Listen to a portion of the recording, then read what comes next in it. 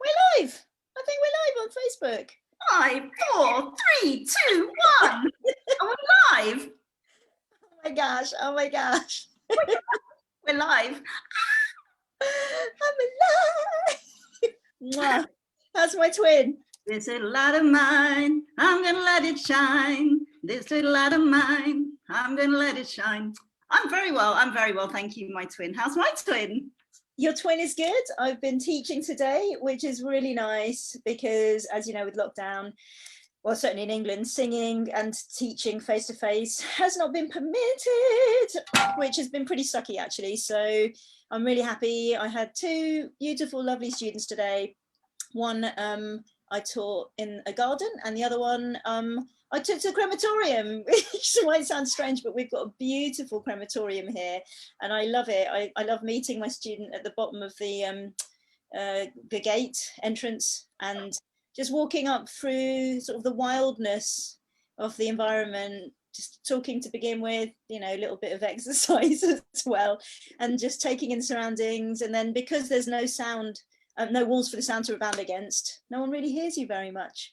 That's actually not a bad idea. Actually, people, you can sing outside, and your people are not going to be as troubled or disturbed by you.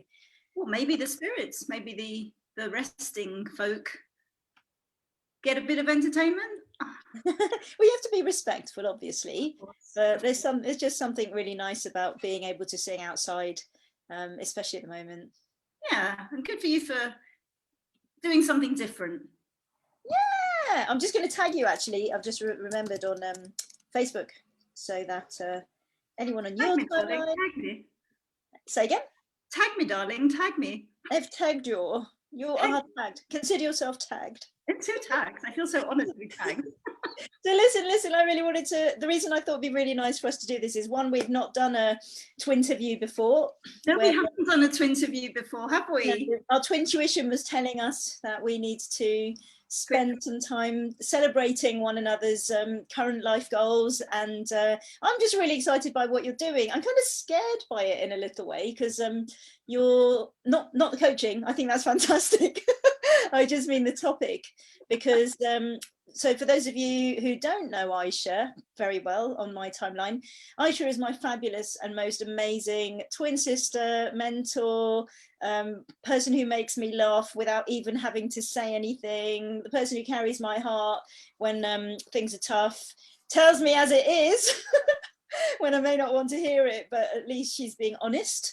And it's when you get that sense of honesty from someone who really cares about you, that it might hurt, but at least she does it in a way that I've always found I can handle, because she's carrying my heart, trying to get the best for me. And so you've got into coaching. There's some other things as well that you do, which you could tell people about in a minute. And then I really want to talk to you about this course that you're going to deliver. So let's do a quick drum roll, and maybe you could just introduce yourself. So for anyone who doesn't know you, what do you think they should know about you? Drum roll. I think the obvious thing is I look paler than you. That's the first thing I noticed. Although I did put a glimmer of lipstick on, lip gloss, because you obviously put red lipstick on. You've got short hair. I put myself like a little blouse on. I can see you've got a blouse on too. Generally, I'm slightly taller, a little bit chumpier, much more, huggable and fluffy like a panda. That's what I would like people to know about me. But in the shape of being a human,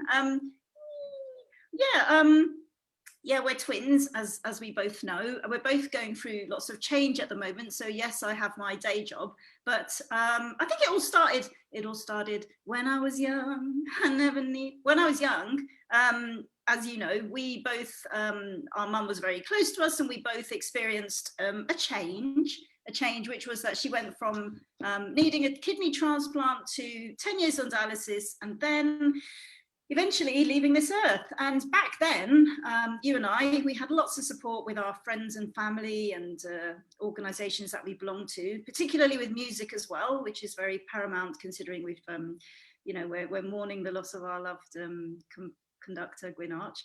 But back then we had lots of support, and as the years have moved on, I think it all started really for me last August, when COVID was making me a little bit reflect upon where did I want myself to be in life, because I realized I was 5 years away from the age that our mum was when she passed away. And I kept thinking, I'm going to get to the pearly gates of heaven, I hope one day. And then God's going to be like, well, your twin sister, she's sorted it out, because she's been like conducting choirs for hospices. She's doing a lot of good stuff.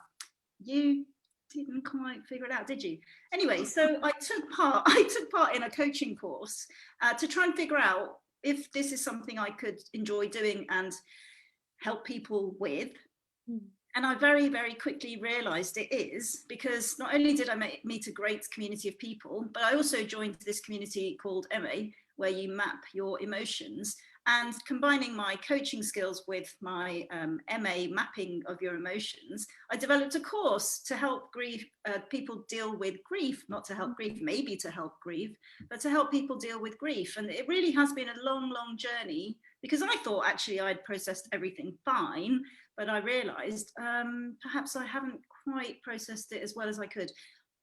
Disclaimer, I'm not a therapist or a counselor, I'm a coach. And what I've done with this course, actually, that starts on Sunday, is to come up with a healing process defined from a proper reset protocol, a grief reset protocol. I've combined it with the emotional mapping techniques that I've learned. And the idea really is just to help people. And I know that you're joining the course, Aneesa, which really I'm surprised about and does mean the world to me, because you've often said that you're not quite there yet. So thank you for coming along. And what I wanted to do was to share our experiences and let anyone who might be thinking about exploring this to let us know if they have any questions that we might be able to answer, in case they need some clarifications, or just are curious to know a bit more about it, or just to ask us as twins, because you've got us here. Any questions? Yes, we do have the same sort of hands, but we have different fingerprints. If you want to know more, like where we won egg or two, you're going to have to get to know us a little bit more first. So okay, so I've got a couple of questions about the course, and so my first question is, if someone's feeling scared about coming on something like a course about grief, what would you say to reassure them? Okay, come with an open mind. You're in a safe space with a small group of people. It's not public, and it's definitely not going to be one of those sorts of courses where you put it on social media afterwards. Whatever takes place in this experience, I like to call it, will actually just be amongst the group of us. So if anyone's apprehensive or scared, they should know that they will be, certainly from myself, in a safe environment. Did that answer your question? Yeah, because the thing is, I think to open up around something like grief is massive. And I think, you know, even with our mum, we all experienced that kind of, well, you have your own journey, don't you? And whilst, like, for example, for me, I could see that you were going at a certain speed, and you tell me that you've dreamt about mum and I hadn't. And those sorts of things I found really painful and difficult. And, you know, that I just look at you and I think of mum, or when we're talking about, because you're even though you're you know, you're my twin sister, is how you have that loving, caring energy about you and that way about you. And even with daddy, or when certain relatives are talking about mum, it just chokes me up. And being able to sit with that emotion and that difficulty and that, you know, the hard reality is hard. So, you know, you're kind of facing it, boom, right there in front of you. You're having to face it. And whilst, you know, I'm a coach myself, and I'll always encourage people to cry and open up and be honest and authentic about where they are. But to be on a course where you're actually addressing something like that is a really massive personal step. And so that's why I thought it would be really useful to know, if someone was apprehensive about coming, what, you know, what you could say to allay their anxieties or fears around that. Well, what I can add, actually, because you said you have to face it, is with emotional mapping, you get to use your imagination and draw. And I think one of the great things about drawing with colouring pencils or coloured pens, or even if you want to just sketch, is that you have the freedom to do what you want with your own imagination. And actually, no one can see what's in your mind, can they? They can hear you talk, but if you're thinking something and it's making you feel a certain emotion, it's in your private space of your own mind. And until you put it to paper, and then first you'll do that yourself, and then afterwards, if you want to, you can share.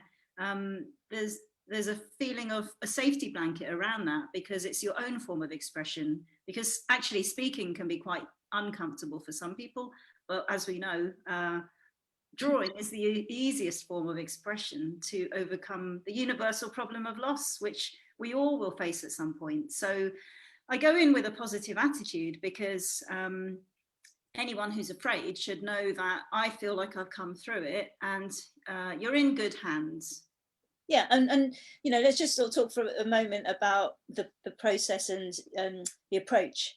So we're talking about a really sensitive theme, and I myself have experienced the mapping, the geomapping process, and it is incredible. And I wondered if you might be able to say a little bit about, you know, I can't draw. There's one thing I can't do very well is I can't draw. But I loved the process, because I did feel like I had a sense of permission about what happened in that space. And I know that when you lead sessions, you know, you make people feel comfortable. So again, you know, if someone's coming in thinking, I don't want to have to draw things, I can't think about things. And, you know, with something this emotional, this sensitive, what if I forget what I want to say, or I can't find a way to express it? Because one thing I found challenging when I went through that process was actually acknowledging what's there, and then associating the emotion with an image. And that somehow made it more real, which in one way was cathartic, but in another way was actually quite hard. It's quite painful. So, you know, just talk to us a little bit about how you manage that process, you know, what you're taking the participant through. Okay. First of all, to allay anyone's fears, you don't have to be able to draw, because you and I both know, Aneesa, we can't draw. We're quite rubbish at drawing. We're not just rubbish, we're really bad. Not just like really, really bad, but I think apart from music and drama, we were pretty rubbish at the art subjects, let's be honest. Just drawing. Just drawing, like, you know, trying to make someone look like a portrait, like, of that person. Get an abstract. Give me abstract any day. So the first thing is you don't have to be able to draw. You just need to be able to pick up a coloured pen or pencil, and actually you'll be guided through a methodology, because there is a proper methodology of how to do this, which is drawing a map of your emotions. And just to give you an example of what it is, you have like, you take the place that you were born, Reading, yeah? Yeah. And it's in the United Kingdom. And you use that as a starting point for a place that you were born in. Then you think of maybe, you know, what was around there, and you think, okay, there was the River Kennet or the River Thames, yeah. So you might begin your map of your river of life, because we all begin somewhere and then we all finish, and it's like it's flowing. So you begin at the sea and you work your way up back to the. You know, trying to make someone look. Ooh, sorry. Are you trying? What can I help you? What's up? No, I was trying to see on Facebook if anyone was there and wanted to comment on what you're doing and respond, but it went wrong. I'll continue then. So you start at the sea point, and then you work your way up, back up to the river, to the source. And most of us, we don't remember where we were born, right? But what you do is you use your imagination. You move to your imagination. So when I think of that, I see the sunrise, and I see a new beginning, and I feel aware, and I'm born and I'm alive. I'm alive, right? So I use my imagination, and I take these two, well, we have two wheels actually, one with emotions and one with elements. And I name the starting point according to what I see on the wheels, because I'm in my imagination now, and I'm thinking, okay, river of life, sunrise, because that's what I'm imagining, new beginning, of awareness. And that's what I interpret my drawing to start with. So like, you don't have to be talented or anything. You just need to be able to use the wheels as a guide, and then whatever you put down is entirely up to you. No one's going to judge it. And you basically use significant events that have happened, that have meant something to you, to plot on this map. And it gives you then something tangible to have, to take away, because you know, and I know, when you're not with that person anymore, you can't hold on to them, you can't smell them, you can't feel them, you can't stroke them, you can't hug them. But by putting something from your mind, which only you have, this imagination, this amazing imagination, a picture paints 1,000 words, and sometimes you can't articulate it. You put it down on paper, and then you have something tangible to take away as a memory. And that's the idea, to go away with that. And it really makes you feel better, I promise you. That's true, actually. I have to say, once I got over my initial inhibitions, I was like, oh my God, I've got this period of time with all my favorite thing, one of my favorite things, which is stationery. Lots of different colored pens, different types of pen, you know, felt tips, biros, marker pens, you know, and then to kind of allow myself to go on that journey and look at it afterwards and think, actually, I quite like what I've done here. Like, I suddenly cared about how it looked and what that process felt like. And it was cathartic, you know. I felt good. And I think that's something that, when we're looking at something like grief, is really relevant, because you don't want to feel worse than you already do about it. But there's also something about being authentic and honest about what is present. So if you are feeling really terrible and sad, to find a way to sit with that, and then to say, okay, this is what's present for me right now. And sometimes it just doesn't require anything. It just doesn't require any response. It doesn't require any action. It just needs someone to just be holding that space with you, which is what I think you do really well.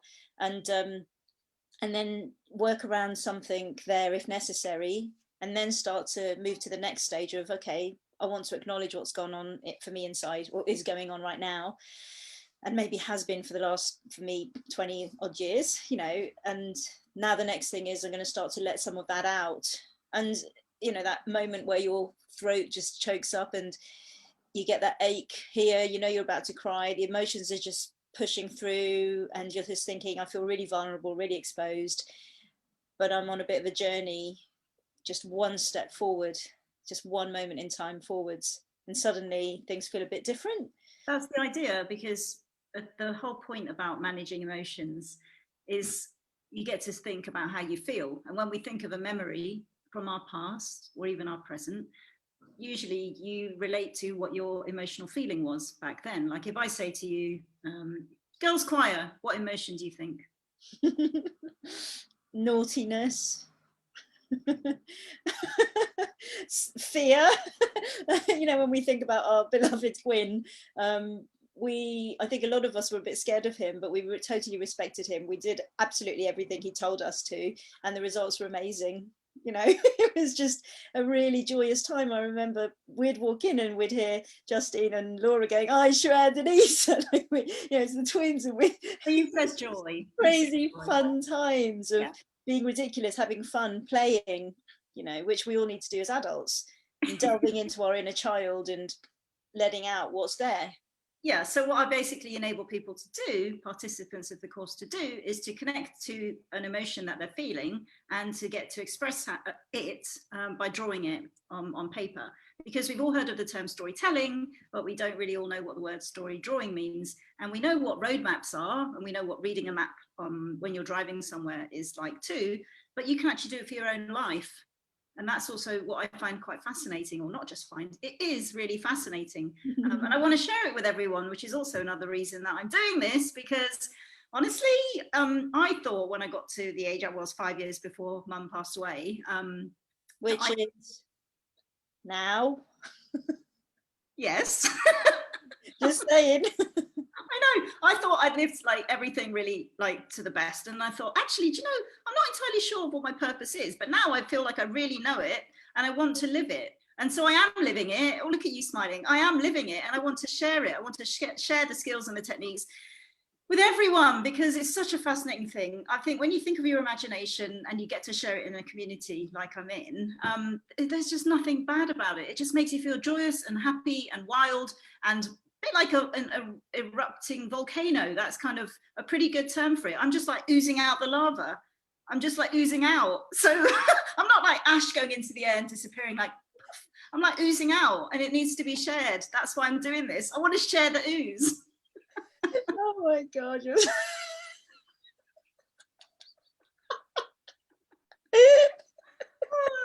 you understand? You're so Do you good. understand? Do you understand? I think I hope you understand. sorry. I think what people need to know who don't know Aisha, maybe it's something that about both of us, which is, we have done formal sort of hardcore training in certain things in our lives, whether it's music, whether it's training to be barristers. For you, you're actually still working in law. For me, I'm working a lot more in the community, but helping to change people's lives. And it's that idea, I think, that you can be shit hot at something, really good at something, but you don't have to, sorry, you don't have to do it with a really glum face, and you don't have to come to it with such a kind of element of gravity. It feels really grave, it feels really heavy, it feels really serious, that it becomes almost like an unpleasurable place to be, a journey that you don't want to be on. So when you talk about things, even if they're difficult, I just think you do it brilliantly, because you're coming with your full joy and your energy, and you're just like all over the place. I mean, if you haven't yet seen Aisha in her Wonder Woman outfit, you've missed out. But who goes out into the community and puts on a Wonder Woman outfit and gets on the U-Bahn in Berlin? Aisha. Yeah, you're also a lawyer, and that's what I love about you. It's like one of the things that I think makes us unique. So it's saying we can talk about serious things, but in a kind of more accessible and fun way, and that's what I think you do really well. Thank you. That's yes, you've hit the nail on the head. That's the point. Not everybody who comes to the course has actually, people have said, I'm not really going through grief, but I'd love to learn about how to process it. Because sometimes it doesn't just happen to you, it happens to people you know, or your loved ones, or your family, or friends. And also the second part of the course is letting people learn how to move forward with positivity. Because I know, and you know, and I know about each other, that we are generally really positive people, women, and we have something in us that's made us become like this. And what I want to do is share with people what got me there, because I want others to feel it too, if they don't feel it, or if they just want to learn how, because there are actually ways in which you can learn to do that. I think because of what we went through in our past, that's what's made us who we are today, or we've just continued to be what we were back then, but we're even stronger today. And I want to share that. So that's it, really. I don't want to go on for too long, but thank you so much for asking me. Do you have any more questions, Aneesa? Me? I know. Do you have any more questions? Let me have a quick look on the Facebook timeline and see if anyone has anything to say. Becky Hurst, who's in Australia, Adelaide, she says, I could listen to you two all day, which is really lovely. No, I mean, I don't know if I'd say I have questions at this stage. I think what I'd say is, first, you have to be open to a process. And yes, I will find it scary. I don't know why I put myself on the course. I put myself on the course because I trust you. And I think that that's really important when someone is coming with something as sensitive and powerful and important as grief in their lives. If you don't feel you can trust the person who you're sharing yourself with, that part of your life with, it's not, it's almost like a no, it's a non-starter. So I don't have questions, but I think it would be really lovely to see what happens on the course. So tell everyone once more. Oh no, I don't think you've told them once already, actually. Tell us when the course starts and how often these sessions occur. Yes, okay. Thank you for that, Aneesa, my twin. That's all right, Aisha, no problem. So actually what I've decided to do is to split it into two parts. It's on Sunday, and then Sunday morning, Thursday evening, Sunday morning, Thursday evening. Right. The first two parts are covering grief on Sunday morning, starting this Sunday, and then the following Thursday evening. Grief. So you mean like in 3 days' time, right? Yes, in 3 days' time. And the second part is actually about NLP, neuro-linguistic programming, getting rid of those negative emotions, saying hello to more of what you want, like feeling confident and good again because you've allowed yourself to move forward. And I've purposely, that's actually the following Sunday and the following Thursday. And if you click on the link in the comments, you've got all the information there. But I purposely separated these two parts so that people have time to absorb, process and digest what they're doing, and also to share it with the group. If you find you're interested in this but you can't make it, then of course let me know and I'll just add you to the group of people that already have said they'd like to take part next time. This is like an ongoing thing. It's what you call evergreen. So I know that people record sessions, but for me, I've heard lots of feedback from the amazing MA community that I'm in, eliciting, managing and mapping emotions from this community, that it's actually really worth doing it live, because I think with a topic like managing loss and grief, you have to do it live because we need that human connection, and that's what I'm going to provide to you. You're brilliant.